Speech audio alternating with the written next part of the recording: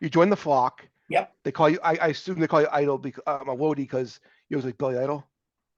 Absolutely. Yeah. And he has a copyright on that name. And so the WCW lawyers Okay. actually pulled me into a room and said, hey, Billy Idol's got a cop because they want to call me Idol. Said he's got a copyright on this look, the name, whatever. If you copy more than 67% of his look, we can't call you Idol. And they're like, you're 99.9% Billy Idol. What are we going to do? We can't call you Idol. And there were some names thrown around. Raven had a notorious one that Eric Bischoff shot down that will not be repeated. I don't use that word anymore, but it was not good. And I was like, hey, why don't we just call me Lodi? And they're like, what? What's Idol spelled backwards? And so we went with that, and here we are, 26 years later, and it's still around. So it stuck. Who thought up the sign? I assume Raven thought of everything for you. Did it come up Yeah, the sign? he Yeah. did. You know how intelligent and how well Raven sees his business. And Yeah. again, I got to go back to me being so green. I was blue and yellow. All of his ideas that he gave me were, again, 99% fantastic. But I would fight him on so many of them because I just didn't know. And Right. I know for a fact we even fought about this verbally, and like he did a good job of everyone that was in the flock. In wrestling, we talk about we accentuate our positives and hide our negatives. Sure. Anybody in the flock that had something better than Raven, he wanted to hide that, and keep them down. It's like, I was a meathead bodybuilder, and I, always, wore trunks and had these big legs, and Raven puts me in, long pants. And then the goggles to cover my eyes up. And I'm like, bro, you're like, the only cool things I've got going for me. He's like, hey, guess what? It's my act. If you don't like it, go do your own thing. And I'm like, yeah, you win. Yes, sir. Yep. But yes, he gave me the sign gimmick because Stevie had left, and and he gave me ideas for signs probably the first couple of weeks, first couple of months, and every once in a while he'd come up with an idea, and then every once in a while I had to shoot him down.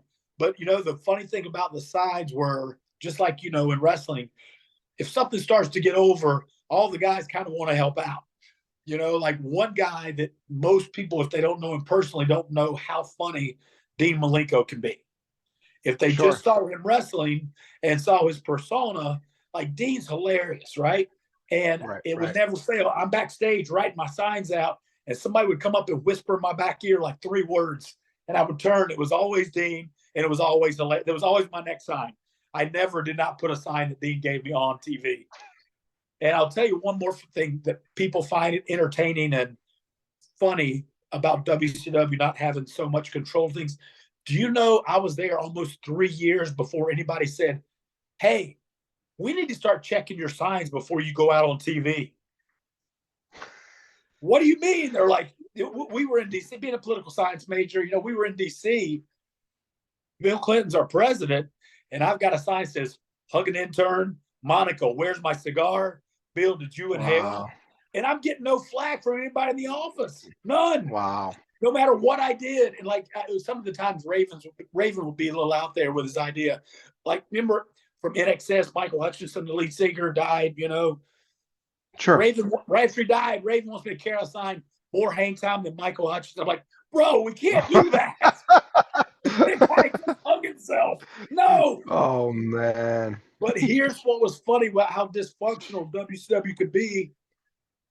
During the end of mine and Lenny's run, after we'd done the West Hollywood Blonde thing, we came back. They kind of got on me like, hey, we need to start making sure your signs are okay before we go out on TV. So make sure you show your signs to person A, whoever it was. And me never being sober back then, I'm thinking, okay, I'm going to take these signs over there and they're going to tell me which ones I can carry out, which ones I can't, right?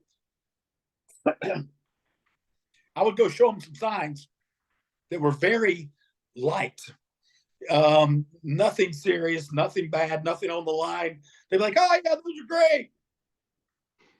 Throw those in the trash, make 4 more. Really? Would they watch though? Would they watch and say, why'd you do that? Or they didn't watch. No. Yeah. And so everybody else thought they'd been signed off on because it was somebody from the office was supposed to look at them. And I'm like, this guy's not watching the show. So I show him like, I hate this town. El Paso sucks. And he's like, oh, yeah, those are all good. And I come back with, hey, El Paso, do you have a green card? Just where? Never once got questioned. It was the greatest. I just thought I was getting one over on the office. But yeah.